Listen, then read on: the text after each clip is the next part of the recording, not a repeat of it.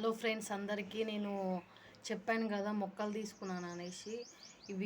ఈ మొక్కలు వచ్చేసి మా ఊర్లోకి అయితే వచ్చినాయి. అంటే బండి అతను తీసుకొని వచ్చాడు.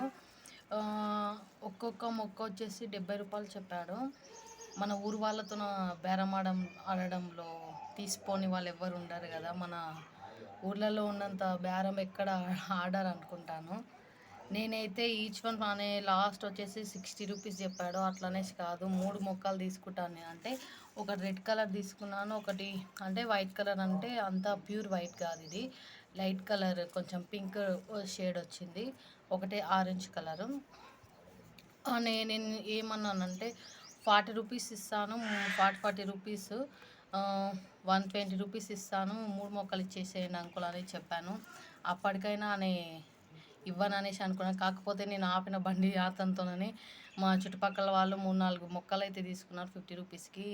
నేనేమన్నానంటే, నా వల్ల నేను ఆపిన తర్వాతనే మీకు ఇన్ని మొక్కలు తీసుకున్నారు అంకుల్, ఇవ్వండి, ఏం పర్లేదు, మళ్ళీ వచ్చినప్పుడు మళ్ళీ తీసుకుంటాము అనేది చెప్పాను. ఈచ్ వన్ నాకు ఇప్పుడు 40 రూపీస్ పడ్డది. 120కే తీసుకున్నాను వీటిని. చూడండి ఫ్రెండ్స్, 70 నుంచి మనం 40 రూపీస్కి తగ్గేసినాం అనమాట బేరం ఆడి. ఈ మొక్కలను అయితే నేను రేపు ఎర్రమని తీసుకొని వచ్చేసి మా ఇంటి పైన అయితే పెడదాం అనుకుంటున్నాను ఫ్రెండ్స్. అదే బకెట్లలో పెట్టేసి. మీకు కనుక ఈ వీడియో నచ్చినట్లయితే షేర్ చేయండి, కామెంట్ చేయండి, నన్ను సబ్స్క్రైబ్ చేయండి ఫ్రెండ్స్. Thank you.